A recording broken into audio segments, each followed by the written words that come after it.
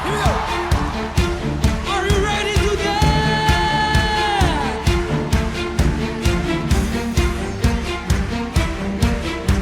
Yeah.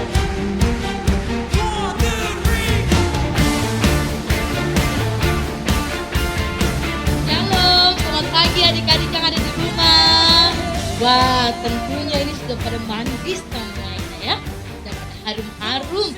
Itu tandanya kita sudah siap untuk Sunday School. Betul sekali.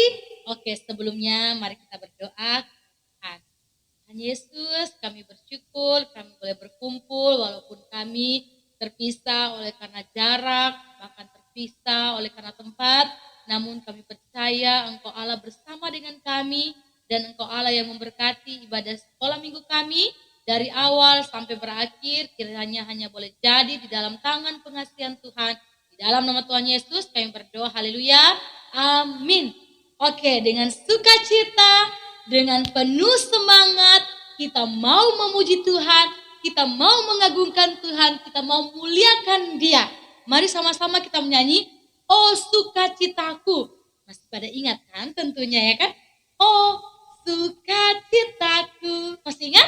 Oke, semua anak-anak yang ada di rumah, mari semua kita berdiri, kita menyanyikan pujian ini dengan penuh semangat dan jangan lupa kita lebarkan senyumnya ya. Oke? Mari sama-sama kita memuji Tuhan. Oh, sukacitaku.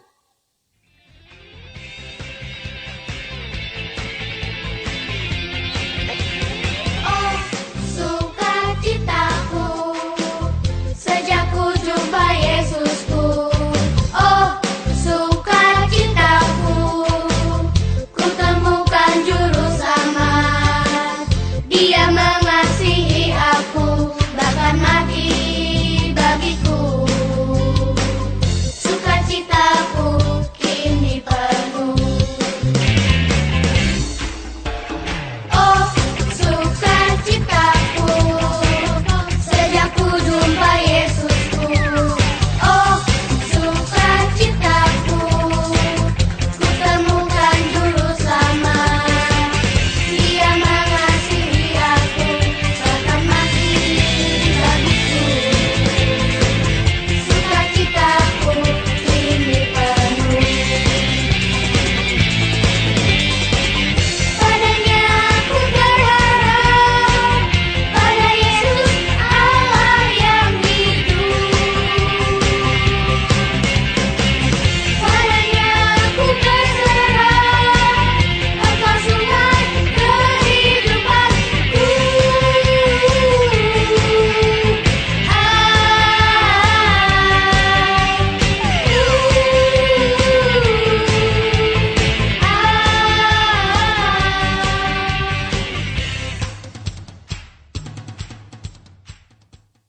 Ya, sukacita Tuhan senantiasa memenuhi setiap kita. Dan hari ini Ibu Kristi percaya bahwa semua anak-anak yang ada di rumah, bahkan dimanapun berada, penuh dengan sukacita untuk mendengarkan firman Tuhan.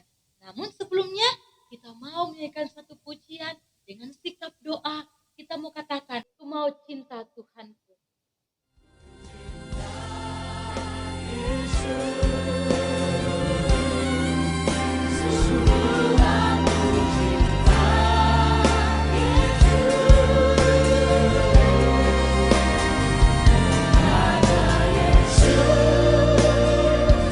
Sudah lebih mencintai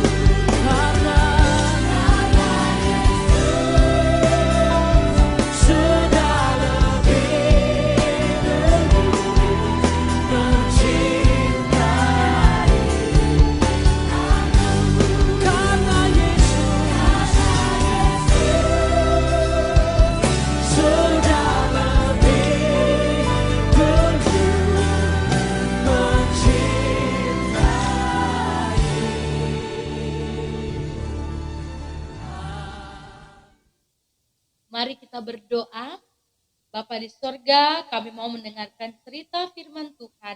Kiranya Tuhan Yesus memberkati kami, memberikan kami telinga, hati, pikiran untuk tertuju kepada Tuhan, untuk mendengarkan firman-Mu. Terpujilah nama-Mu Tuhan, di dalam nama Tuhan Yesus kami berdoa, haleluya, amin. Nah, hari ini kita akan mendengarkan satu cerita firman Tuhan yang terambil di dalam Kisah Para Rasul pasal 1 ayat yang ke-6 hingga yang ke-14. Kisah Para Rasul pasal 1 ayat yang ke-6 hingga yang ke-14. Ibu Kristi akan membaca ayat yang ke-8 bagi kita semua. Ayo siapa yang punya Alkitab, kita buka bersama-sama ya. Gak usah pakai HP dulu ya. Kita buka Alkitab ya. Bilang mama, ambil Alkitabnya mama. Tolong, cepat. Ya, kalau sudah, mari kita buka bersama-sama. Kisah Para Rasul pasal 1 yang bagian pertama ya. Pasal 1 ayat 6 sampai yang ke-14. Tetapi kita baca bersama-sama ayat yang ke-8. Kita baca ayat yang ke-8 ya. Ibu hitung 1 sampai 3 kita baca bersama-sama ya. 1, 2, 3. Tetapi kamu akan menerima kuasa kalau Roh Kudus turun ke atas kamu, dan kamu akan menjadi saksiku di Yerusalem dan di seluruh Yudea dan Samaria dan sampai ke ujung bumi. Demikianlah firman Tuhan kita. Nah, adik tahu nggak lagu ini?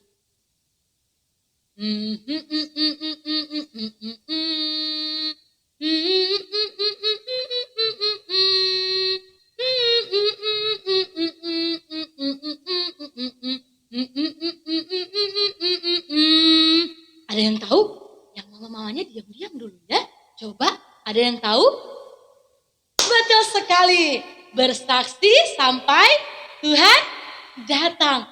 Bersaksi terus sampai Tuhan datang.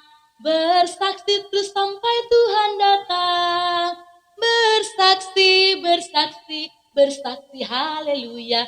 Bersaksi terus sampai Tuhan datang. Yeay. Puji Tuhan. Nah, firman Tuhan kita hari ini, cerita kita pada hari ini, punya tema adalah menjadi saksi Kristus. Menjadi saksi Kristus. Nah, adik-adik tahu nggak apa itu saksi ya?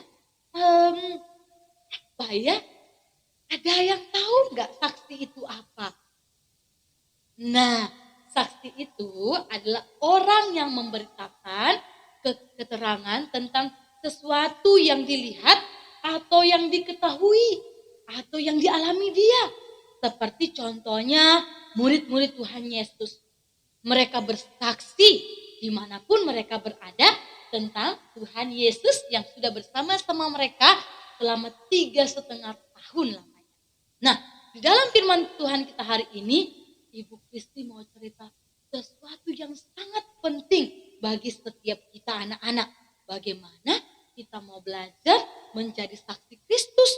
Nah, kalau begitu, Ibu Kristi mau tanya, adik-adik tahu nggak?